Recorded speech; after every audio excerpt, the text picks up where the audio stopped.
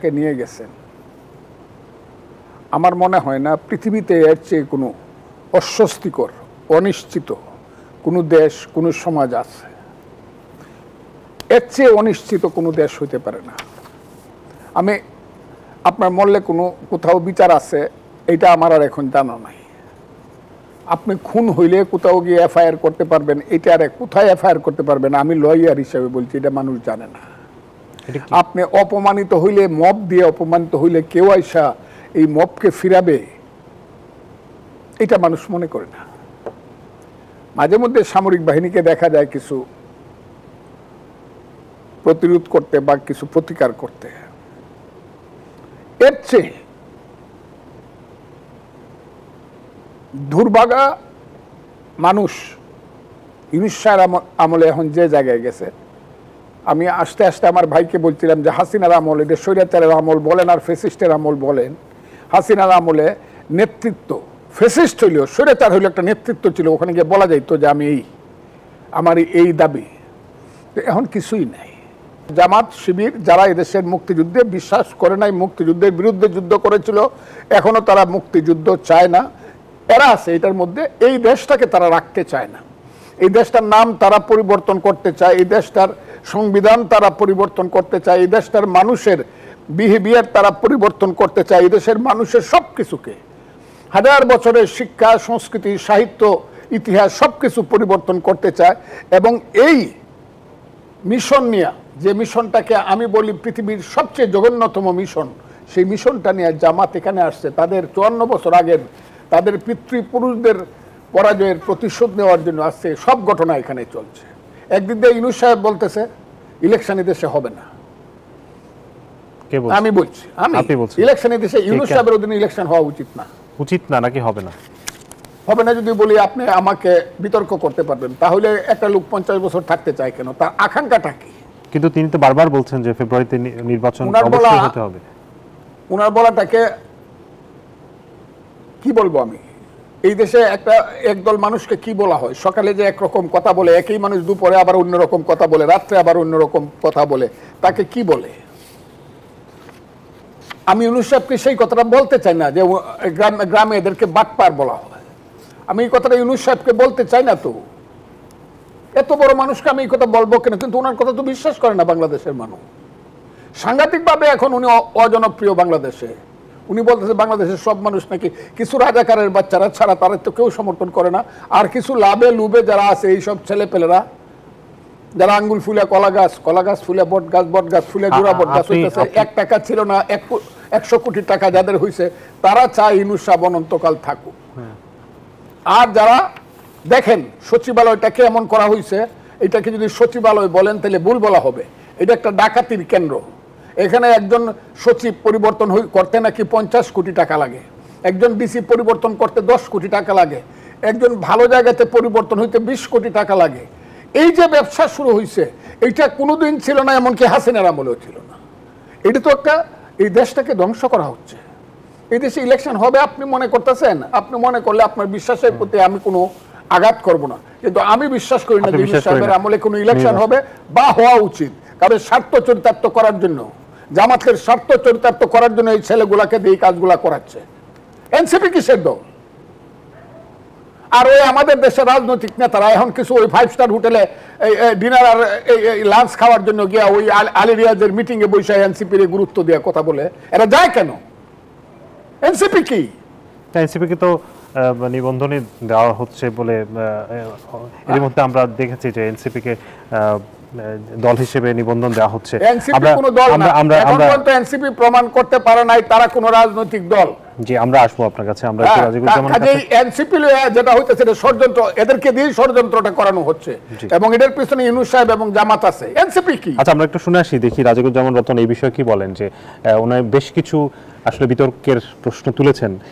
একটি হচ্ছে যে এই সরকারের আমলে বিশেষ করে ডক্টর ইউনূসের অধীনে নির্বাচন হওয়া উচিত না বা হবে না। তিনি বলছেন এটির সাথে কি আপনি একমত কিনা? আর এনসিপির বিষয়ে যেটি বললেন সে বিষয়ে কিছু বলুন। এটা ফজলুর রহমান ভাইয়ের পর্যবেক্ষণ। তার দীর্ঘ রাজনৈতিক সংগ্রামের জীবনে নানা উত্থান পতন দেখেছেন, ফলে তার পর্যবেক্ষণটা সেটাকে আমরা বিবেচনায় নেই। তার পর্যবেক্ষণটা কেন হয়েছে সেটাও তিনি বলেছেন, যে নির্বাচনের সময় সবচেয়ে গুরুত্বপূর্ণ বিষয় হলো নির্বাচনকালীন সরকার। আমরা সবাই বলি নির্বাচন কমিশন কিছুই করতে পারবে না যদি নির্বাচনকালীন সরকার সুষ্ঠু অবাধ গ্রহণযোগ্য নির্বাচনের পরিবেশটা তৈরি না করে। যে কারণে আমাদের কিন্তু দাবি ছিল তত্ত্বাবধায়ক সরকারদের নির্বাচন আমরা কেন চেয়েছিলাম, কারণ এ যাবৎ যে 12টা নির্বাচন হয়েছে জাতীয় নির্বাচন, তার মধ্যে 3টা নির্বাচনকে মোটামুটি গ্রহণযোগ্য, একটা নির্বাচন একটু আপত্তি থাকলেও গ্রহণযোগ্য, বাকিগুলো গ্রহণযোগ্য হয়নি কেন? কারণ বাকি সবগুলো দলীয় সরকারের অধীনে হয়েছে। সেখান থেকে তো দাবিটা উঠেছিল যে আমরা তত্ত্বাবধায়ক সরকারের নির্বাচন চাই। তত্ত্বাবধায়ক সরকারটা কেন?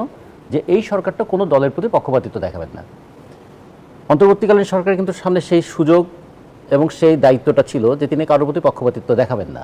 কিন্তু তিনি যখন বললেন যে ছাত্ররা আমাকে ক্ষমতায় বসিয়েছে, তখন কিন্তু তার সুস্পষ্ট একটা এলিজিয়েন্সি তৈরি হয়ে গেল। এটাকে অনেকে তার সরলতা হিসেবেও দেখতে চান। হ্যাঁ, কিন্তু সরলতা কিন্তু সব জায়গায় খাটে না। আমি সরল বিশ্বাসে কৃত অপরাধের জন্য অপরাধী হব না, এটা আইনের একটা ভাষা আছে। কিন্তু এই সরলতা মানে এই না যে এই সরলতার মধ্যে কাউকে অপমান করছি, কাউকে উপেক্ষা করছি, কাউকে মানে হিসাবের মধ্যে আনছি না। গণঅভ্যুত্থানটা হলো সবাই মিলে, মানে সরকারি হিসাবে আমরা যদি 836 জন মৃত্যুর তালিকা দেখি, তার মধ্যে 284 জন শ্রমিক, 269 জন ছাত্র, 120 জন ক্ষুদ্র পুঁজির ব্যবসায়ী, মানে তারাও প্রায় শ্রমজীবী মানুষ, 108 জন কর্মচারী। এই যদি হয় তাহলে তারা কারা? দেশের মানুষ। এই মানুষরা কি চেয়েছিলেন? যে একটা গণতান্ত্রিক পরিবেশ আসুক। যখন এই সকল মানুষের আত্মদানকে অস্বীকার করে বলা হয় ছাত্ররাই আমার নিয়োগকর্তা, তখন শ্রমিকরা বলবে ও আচ্ছা, আমরা তাহলে কেউ না। আমরা 23শে নভেম্বরে জীবন দিলাম, আমরা অভ্যুত্থানের সময় সবচেয়ে বেশি জীবন দিলাম, আমরা সবচেয়ে বেশি জীবন এবং জীবিকার ঝুঁকি নিলাম, আমরা কেউ না। ফলে প্রথমেই কিন্তু একটা ডিসক্রিমিনেশন তৈরি হয়ে গেল। 2, 15 বছর ধরে আওয়ামী লীগ সরকারের বিরুদ্ধে নানা ফর্মে যারা আন্দোলন করে তুলেছিলেন তারাও তখন সাইফার হয়ে গেলেন। এবং কখনো কখনো এরকম কথা বলে না যে আমরা তো ক্রিকেট খুব পছন্দ করি, যে ক্রিকেটের শেষ বলে কেউ ছক্কা মেরে বিজয়টা নিয়ে এলেন। ধরেন 256 রানে একটা দল জিতলো, তার আগে 252 রান যারা করেছিলেন তার উপর দাঁড়িয়ে শেষ বলটাতে যিনি ছক্কা মারলেন, ধরেন একটা মেরে তিনি 258 করে জিতে গেলেন, তার মানে কি আগের 252 রানটা দরকার ছিল না, বরঞ্চ আগের 252 রান হয়েছিল বলেই কিন্তু ছক্কা মেরে তিনি বিজয়ী হলেন। তা নাহলে হয়তো এরকম হতো যে শেষ বলে ছক্কা মেরেও পরাজয় ঠেকানো গেল না, উল্টোটা হয়ে যেত। তাহলে এগুলোকে আমাদের রাজনীতিতে খেয়াল করতে হবে না? রাজনীতি হচ্ছে একটা কিউমুলেটিভ ইফেক্ট। এটা কি আসলে তার রাজনৈতিক প্রজ্ঞার যে অভাব, অভিজ্ঞতার যে অভাব? এইটাকে আমি বলতে পারবো যে তিনি তো নিজেকে কখনো এটা কি বলেছেন যে আমার রাজনৈতিক প্রজ্ঞার অভাব আছে? তিনি হয়তো বলেন না, কিন্তু আপনি ত্রাণকর্তা হিসেবে এসেছিলেন না, যিনি ত্রাণকর্তা হিসেবে এসেছিলেন, মানুষ তখন তার কাছ থেকে পরিত্রাণ চাচ্ছে যে এইভাবে দেশটা আমরা চালাতে চাই নাই। এবং তারপরে তখন কিছু কথার মধ্যে কিছু কিছু টুইস্ট অ্যান্ড টার্ন আছে। কীরকম? তিনি বললেন আমি তো জানতাম না কিছু, আমাকে ওরা বললো, আমি চলে এলাম। আবার আদালতে সাক্ষী দিয়ে এরা বলছে যে আমরা 4 তারিখে, মানে 5 তারিখে অভ্যুত্থান হয়েছে, 4 তারিখে ওনার সঙ্গে কথা হয়েছে। এই যে এই কথাগুলো, এগুলো সবই কি সারল্য নাকি কথাকে আড়াল করা? তো এগুলো অনেক ঘটনা আছে যাকে ঠিক সারল্য বলে বলা যাবে না, যাকে হয় বলতে হচ্ছে আমি যা খুশি তা বলতে পারি, আমার কিচ্ছু আসা যায় না, এটা তো উপেক্ষা করার মনোভাব হতে পারে। আর আরেকটা কথা হয়তো বলাটা ঠিক হবে না, কারণ একজন এইরকম নোবেল পুরস্কার প্রাপ্ত মানুষ, তিনি তো আর বোকামি করে কোনো কথা বলবেন না। ফলে তিনি যা বলেছেন আমরা মনে করি এটা তার বিবেচনা প্রসূত কথা, এবং তিনি হয়তো এইরকম কথা বলে একটা ক্যামোফ্লেজ তৈরি করতে চান যে আমি এটাও বললাম ওটাও বললাম, দেখি মানুষ কি করে।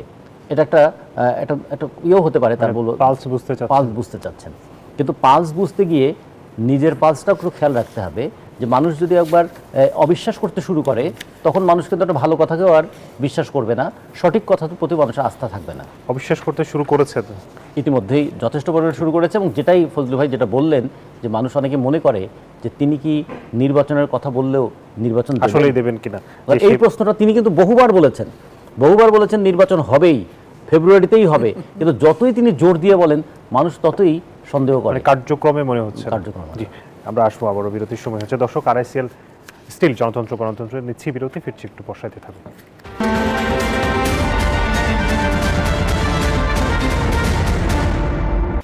স্বাগত আরেকবার RICL স্টিল জনতন্ত্র গণতন্ত্রে। আমরা আলোচনা করছি রাজনীতির বর্তমান হালচাল নিয়ে। আমাদের সাথে উপস্থিত আছেন অ্যাডভোকেট ফজলুর রহমান, মুক্তিযোদ্ধা এবং রাজনীতিবিদ, এবং রাজিকুজ্জামান রতন, বাংলাদেশ সমাজতান্ত্রিক দল বাসদের সহ সাধারণ সম্পাদক। আমাদের দুজনকে আবারও স্বাগত জানাচ্ছি। আমরা জনাব ফজলুর রহমান, আপনার কাছে যেটি প্রশ্ন করতে চাই যে এনসিপির মুখ্য সমন্বয়ক নাসিরউদ্দিন পাটোয়ারি বলেছেন বিএনপি ভারতের পক্ষ হয়ে কাজ করছে। আর্মি, বিএনপি, জাতীয় পার্টি। নাম বললেন?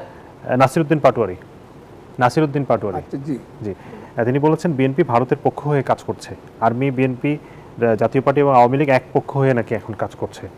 আপনি তো বিএনপির একজন রাজনীতি করে এসেছেন, আপনার কাছ থেকে এটির প্রতিক্রিয়া জানতে চাই। আমি এখন বিএনপি থেকে সাসপেন্ডেড মানে তাও উত্তর দিতাম, কিন্তু এইসব ছেলেদের কথার উত্তর আমি দেব না। অন্য প্রশ্ন আছে আপনি?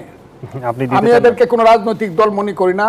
এরা ঘটনা প্রবাহে এদেরকে আনছে জামাতে ইসলাম এবং ইউনূস আইনে এদেরকে সামনে ধরে রাখছে। এইসব ছেলেপেলের কথার কোনো উত্তর দেই না। আচ্ছা, আমরা তাহলে ডক্টর মোহাম্মদ ইউনূসের যুক্তরাষ্ট্রে সাংবাদিক মেহেদী হাসানকে দেওয়া এক সাক্ষাৎকার আমরা জানি যে বহু আলোচিত হচ্ছে। সেই সাক্ষাৎকারে তিনি বলেছেন আওয়ামী লীগ দল হিসেবে বৈধ, তবে তাদের কার্যক্রম সব সাময়িকভাবে স্থগিত করা হয়েছে, যে কোনো সময় এই নিষেধাজ্ঞা তুলে নেওয়া হতে পারে। নিষেধাজ্ঞা তুলে নেওয়াটাকে এই মুহূর্তে যে পরিস্থিতি, তাদের দল হিসেবে তাদের যেসব অপকর্ম সেগুলোর বিচার না করে এই নিষেধাজ্ঞা তুলে নেওয়া কি যে চিন্তা বা কথা বলছেন, এটিকে আপনি কীভাবে দেখেন? আমি ইউনূস সাহেব যে বলছি যে ইউনূস সাহেবের সকালে কি বলে আর বিকালে কি করবে আমি গত 13 মাসে ঠিক পাই নাই। কাজে আজকে বলছে আওয়ামী লীগের যে এম্বার্গো উঠায় দিবে দ্রুত, কালকে ভুলে যাবে বা কালকে করবে না, এটা আমি জানি, বা করবে কিনা তাও জানি না। আমার কথা ইউনূস সাহেবের এই কথাটার উত্তরটা আমার এইভাবে দেই আমি। ইউনূস সাহেব কিন্তু এইসব কাজ করার জন্য আসে নাই। ইউনূস সাহেব আসছে ভিন্ন কাজ করার জন্য। ওই যে আমি বলছি, উনি একটা আন্তর্জাতিক চক্রান্তের গুটি হিসাবে খেলবার জন্য জামাতকে সাথে নিয়ে আমার দেশের চট্টগ্রাম বন্দর, আমার দেশের সেন্ট মার্টিন দ্বীপ, ওই যে 3টা জেলায় লাগছে এখন, যে খাগড়াছড়ি, এই প্রশ্নই তো করেন না, দেশ তো যেতেছে। আমি খাগড়াছড়ির প্রশ্নে আসবো। খাগড়াছড়ি থেকে ধরে যা আছে, এই যে গন্ডগোল লাগছে, আমি জানি না চিটাগাংয়ের মানুষ কেন অনশন ধর্মঘট করে না, দলমত নির্বিশেষে। চিটাগাং কিন্তু বাংলাদেশ থেকে আমার ধারণা চিটাগাং কিন্তু বাংলাদেশ থেকে আন্তর্জাতিক চক্রান্তের কারণে বিচ্ছিন্ন হয়ে যেতে পারে, শুভপুর ব্রিজ পর্যন্ত। এটা আমার ধারণা বলতেছি। এই কথাটা আমি বলতেছি 6 মাস 7 মাস 8 মাস যাবত, এবং এই কথাটা বলার এইটা একটা কথা বলতেছি। 2 নম্বর কথাটা বলতেছি যে 5ই আগস্টের 2টা ঘটনা ছিল। 5ই আগস্টের একটা ঘটনা ছিল গণতান্ত্রিক, যেটা বিএনপির নেতৃত্বে 15 বছর যাবত আন্দোলন চলছে, হাজার হাজার নেতাকর্মী জেল কাটছে, শত শত নেতাকর্মী গুম হয়েছে, লাখ লাখ নেতাকর্মীর নামে সারা বাংলাদেশে হয়েছে। এটা হলো গণতান্ত্রিক আন্দোলন। আর 5ই আগস্টের আরেকটা আন্দোলনের রূপ ছিল, ওই যে পিছনে যারা বসেছিল অন্ধকারের শক্তি, তারা মনে করছিল 5ই আগস্ট আসতে পরে 54 বছর আগের প্রতিশোধ, 71-এর প্রতিশোধটা আমরা নিব এবং এটাকে পূর্ব পাকিস্তান বানাবো, এবং এর নেতা হবে ইউনূস সাহেব এবং জামাত। এই কাজটা এখন বাংলাদেশে চলছে। এটা যদি বিএনপি না বুঝে, আমি বারবারই বলতেছি, এখন আজকে দেখলাম বিএনপির একজন নেতা, যার দস্ততে আমাকে সাসপেন্ড করা হয়েছে, রিজভী সাহেব বললো যে সবকিছু জামাত দখল করে ফেলছে। এতদিন কিন্তু তারা, আজকে বলছি আজকে আমি যে কথাটা কেন বলতেছি, এই যুদ্ধটা কিন্তু ইলেকশন হবে কি হবে না, যেটা আপনি আমার, এইটার যুদ্ধ না। This is not the principal contradiction of this country. বাংলাদেশের প্রিন্সিপাল কন্ট্রাডিকশন হলো বাংলাদেশ থাকবে নাকি এটা পূর্ব পাকিস্তান নামে বিদেশি একটা রাষ্ট্রের কাছে বন্ধকে চলে যাবে। এটা হলো মূল কন্ট্রাডিকশন। এটা না বুঝলে আমরা এখানে কোট গায়ে সুট গায়ে বসতে পারবো, হয়তো বা সুন্দর করে 5 স্টার হোটেল গিয়ে খাইতে পারবো, কিন্তু প্রতি মাসে মাসে আমাদের মেয়েদেরকে দিতে হবে যারা স্টিমার লাগায় বয়ে থাকে এদের কাছে, ওদের আনন্দ করার জন্য। এটা যারা না বুঝবে, এদের সাথে কথা কয়ে আমার কোনো লাভ নাই। তো ওনার তো কেন এসে মজা মজা কথা বলি আমরা, আর সব ভয়ে ভীত হয়ে থাকি। কেন কথা উঠে না যে কালকে পরশু আমি দেখছি সেন্ট মার্টিনে স্টিমার থেকে সৈন্যবাহিনী নামতেছে, কেন, কারা? আমি কেন 13 মাস যাবো সেন্ট মার্টিন দ্বীপে যাইতে পারি না বলেন আপনি? আমি কেন সাজেকে যাইতে পারি না? সাজেকে হাজার হাজার লোক গেছে, আপনিও হয়তো বা গেছেন সাজেক। এখন জানতো দেখি সাজেক আপনার ভিসা লাগবে, পারেন কিনা জানতো দেখি। আমার দেশের একটা অঞ্চল আমি যাইতে পারতেছি না, 2টা অঞ্চলে আমি যাইতে, কয়েকদিন পরে কব চিটাগাং সিটিতে যাওয়া যেত না, ভিসা লাগবে। আমি বলতেছি দেশ এই জায়গাতে, ইলেকশনটা হলো সেকেন্ডারি ব্যাপার। যারা আমরা মনে করতেছি এমপি হবো, মন্ত্রী হবো, প্রধানমন্ত্রী হবো, সরকার হবো, হোক, কিন্তু দেশ থাকলে এই ইলেকশন, শুনেন, এই ইলেকশন কিন্তু 1862 থেকে শুরু হয়েছে। তারপরে কিছুটা গণতান্ত্রিক ইলেকশন হয়েছে 1809, 1816, 1823, 1909, 1916, 1923, 1927, 1937, যেখানে এসে শেরে বাংলা ফজলুল হক প্রধানমন্ত্রী হইল বাংলা, 1946 যেখানে এসে সোহরাওয়ার্দী মুখ্যমন্ত্রী হইল, পরাধীন দেশে প্রধানমন্ত্রী মুখ্যমন্ত্রী হওয়ার দাম কি? একটা প্রাইভেট সেক্রেটারি যে ইংলিশের, তার দাম হয়তো আমার প্রধানমন্ত্রীর চেয়ে বেশি ছিল। এগুলো জানেন না? এটা শেরে বাংলা ফজলুল হক লিখে গেছে না, যে আমি প্রধানমন্ত্রী হিসাবে একটা কথা যদি বলছি, আর যদি ব্রিটিশের সেক্রেটারি না করছে তো এই কাজটা আর হয় নাই। মন্ত্রিত্ব প্রধানমন্ত্রী তুলে দেশ থাকলে অবশ্যই সার্বভৌমত্ব থাকাটা খুব জরুরি, এটা আমাদের ফার্স্ট প্রায়োরিটি। আমি একটু রতন ভাইয়ের এইটা যারা বুঝে না তাদের সাথে আমাকে সবাই মিলে মারে ফেলেন। জি, আমি রতন ভাইয়ের কাছ থেকে এই প্রশ্নটা জানতে চাই যে ফজলুর রহমান ভাই যেটি বলছেন যে মানে দেশ একেবারে মানে শেষ হয়ে যাওয়ার মতো অবস্থা যে থাকবে কি থাকবে না, উত্তরটা হলো এইরকম আমি ভুল একটু আরেক সেকেন্ড আমার দেন একটু খুব ছোট করে আমাদের সময়। একটা হলো যেখানে স্বরাষ্ট্রমন্ত্রী বলতেছে ইন্ডিয়ানরা এসে গেছে খাগড়াছড়িতে, বলছে কিনা? হ্যাঁ, স্বরাষ্ট্রমন্ত্রী কিন্তু আজকে আমরা স্বরাষ্ট্রমন্ত্রী বলছে কিনা এটা বলেন আপনি। বলছে তাইলে বিদেশিরা আমার দেশে আইসা পড়ছে আমার দেশ নিয়ে যাওয়ার জন্য, এখানে আমি কি করতেছি? জি, আমরা একটু শুনি, আমরা রতন ভাইয়ের কাছে পরিস্থিতি কি আসলে এতটাই খারাপ? পাবলিক পারসেপশন বলে কিছু কথা আছে, সেই পারসেপশনটা তৈরি করে কারা? যারা ক্ষমতায় থাকেন তারা তাদের বক্তব্যের মধ্য দিয়ে একটা পারসেপশন তৈরি করেন, অথবা প্রচার মাধ্যমে মানুষ যে তথ্যগুলো পায় তা থেকে তাদের একটা পারসেপশন তৈরি হয়। আর একটা পারসেপশন তৈরি হয় দীর্ঘদিনের অতীতের অভিজ্ঞতা থেকে। ফলে ফজলুল ভাই যেটা বলেছেন সেটা তার দীর্ঘদিনের অভিজ্ঞতা প্রসূত ফল চিন্তা থেকে তিনি বলেছেন। কিন্তু আমরা মনে করি একটা দেশের মানুষের আকাঙ্ক্ষাগুলো কে পূরণ করবে? আকাঙ্ক্ষা পূরণ করবে তো জনগণের প্রতিনিধিরা। জনগণের প্রতিনিধি কিভাবে আসবে? একটা হয় বিপ্লবের মধ্য দিয়ে আসবে অথবা নির্বাচনের মধ্য দিয়ে আসবে। তো এই মুহূর্তে এখন কি বিপ্লবের দ্বার প্রান্তে দেশ? যদি এই অন্তর্বর্তীকালীন সরকার তাকে ক্ষমতা হস্তান্তর করতে হয় তাহলে কি প্রক্রিয়া তিনি হস্তান্তর করবেন? নির্বাচন ছাড়া তার ক্ষমতা হস্তান্তরের আর কোনো পথ কি আছে? আচ্ছা, দেশের গুরুত্বপূর্ণ সিদ্ধান্তগুলো কোথায় নেওয়া হবে? কারা নেবেন জনপ্রতিনিধিরা। তাহলে সেই নেওয়ার জায়গাটা কোনটা? সেটা হচ্ছে সংসদ। তাহলে একটা সংসদ নির্বাচন হতে হবে যেখানে জনগণের প্রতিনিধিরা এসে গুরুত্বপূর্ণ সিদ্ধান্তগুলো নেবেন।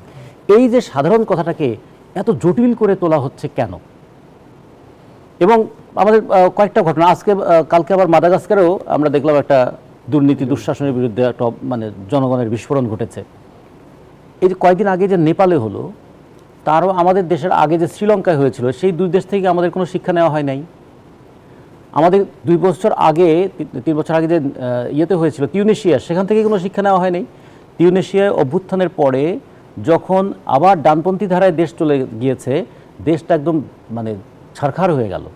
বরঞ্চ এখন মানুষ বলছে আগের চেয়ে তো আরও খারাপ অবস্থায় পড়ে গেলাম। আগের যে দুর্বৃত্ত শাসক ছিল তার চেয়ে দেখি এরা আরও অনেক বেশি দুর্বৃত্ত হয়ে যাচ্ছে। আর তার ঠিক উল্টাটা দেখুন শ্রীলঙ্কায়, এই দুর্নীতি দুঃশাসন টাকা পাচার মেগা প্রকল্পের নামে মেগা লুটপাট, তার বিরুদ্ধে যে অভ্যুত্থান হলো, অভ্যুত্থানের পরে তারা কি করলো? তারা কিভাবে মুদ্রাস্ফীতি কমিয়ে আনলো, বিদেশি ঋণগুলো পরিশোধ করার চেষ্টা করলো, যে সমস্ত অনাবশ্যক প্রকল্প ছিল সেগুলো যেমন বন্ধ করলো। পাশাপাশি ছোট্ট একটা ঘটনা যেটা আমাদের সবার চোখের আড়ালে চলে গেছে, ওই অভ্যুত্থানের পরে প্রধানমন্ত্রী যিনি ছিলেন তিনি বিদেশ সফরে গিয়ে রাষ্ট্রীয় সফরের চাইতে ব্যক্তিগত সফরে কিছু টাকা খরচ করেছিলেন, খুব কম, শ্রীলঙ্কার টাকায় 80 কোটি রুপি। এই টাকা খরচ করার অপরাধে তাকে গ্রেপ্তার এবং জেলে পাঠানো হয়েছে যে আপনি একজন রাষ্ট্রের প্রধান